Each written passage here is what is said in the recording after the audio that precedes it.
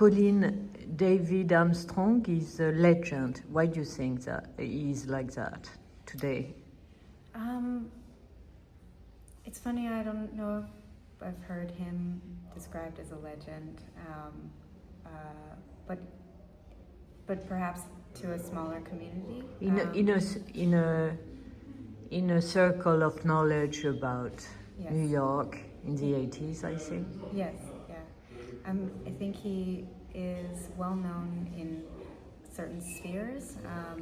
People who are familiar with Nan's work, for example, who are many, may know the relationship to David, and then people who are familiar with the Boston School of Photography may know of David's work. He is known for his portraits of his friends and community of artists and writers who were working around him.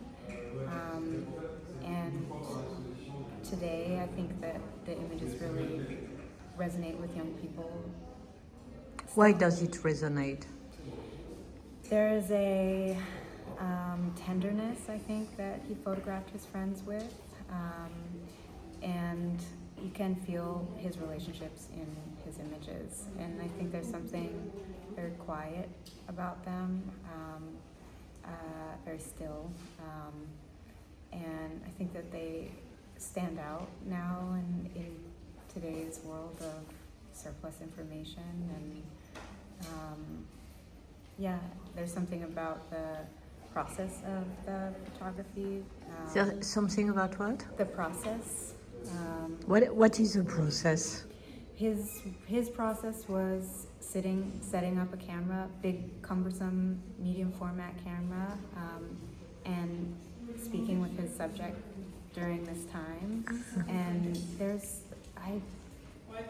maybe because I'm so familiar with the work and I've heard all of the stories about the way that David worked, I project this onto it, but I sometimes feel like you get a sense that these portraits were taken over time that was spent shared with the subject and the photographer, and that there's a familiarity between the two of them and a level of comfort. But do we know how he chose his subjects? I think that he would just invite people over to his home to take their portrait, or he would go to somebody else's home where they would meet in a park. And often I think it was just something that he would propose to people who were around and willing to... Even unknown people for him? No, I think rarely did he shoot the portrait of somebody he didn't know at all. Mm-hmm. There are images in the archive that he took more for editorial purposes, where he met somebody who was interested in having their portrait taken, and he may not have been very familiar with them, but then got to know them while in the process of photographing them. And do you think he invented something? Do I think he invented something? In photography? No, I wouldn't say that. I think that his influences are, we know some of his influences are... Like who?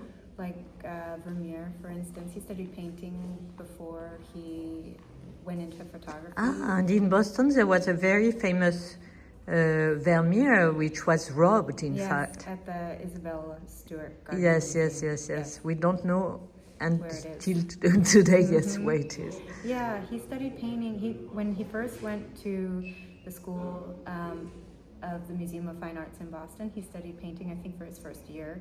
And what the story I've been told is that the photography department was in the basement, and it's where his friend Nan Golden from high school was working in the photo department, and it was very cool. And so he decided to switch departments. But in fact, the ways they make photos are very different. Yes, entirely different. Completely different. Mm-hmm.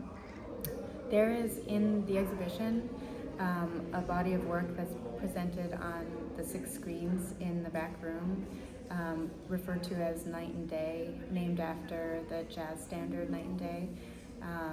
And it is a glimpse of some of his early color portrait photography that he was shooting on 35mm film, like Nan was shooting as well. And all of the images from that series is from 1979.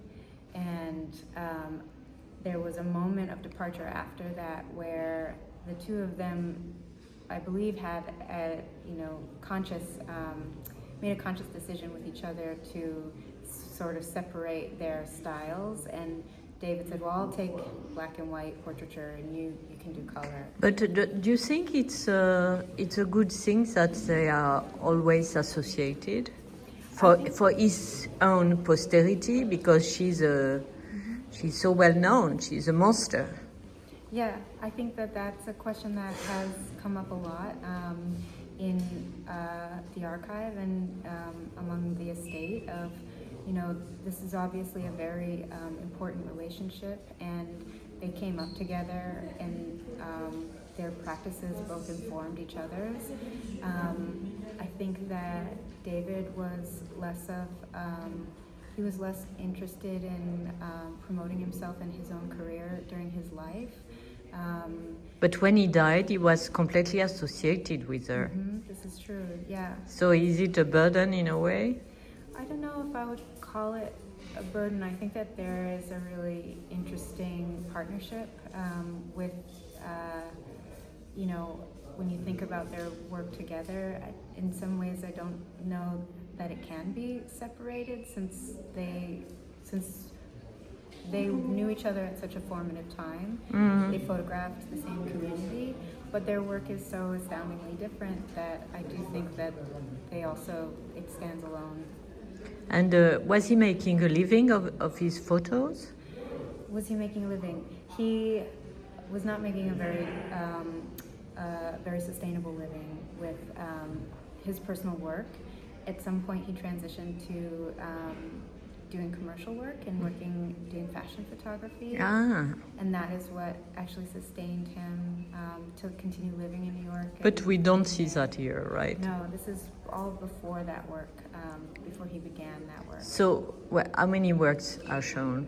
There are, I believe there are 96 images, portraits on the walls. From what period to what period? The earliest portrait begins at 1974, and the latest portrait we see framed is 1996.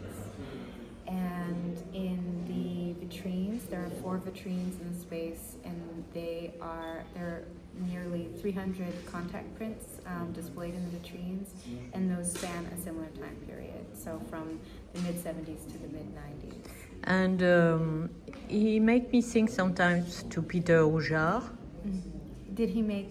His work made me think about the work of Peter Roujard. Right. What do you think about that? Did they happen to know each other? They didn't actually know each other. David was absolutely aware of Peter's work, and Peter was a little bit older than David, and so he was making work that was certainly influencing his peers and a younger generation of artists. And yeah, I think there are absolutely... But is there sexual photos in David Armstrong work? No, I would say that there are very few images that are sexual. There are nude portraits, but rarely are there any examples where those images themselves feel erotic or are sexually charged. And what about Robert Mapplethorpe? Did they know each other? I think what I've been told is they met once or twice, but they didn't know each other. Merci beaucoup.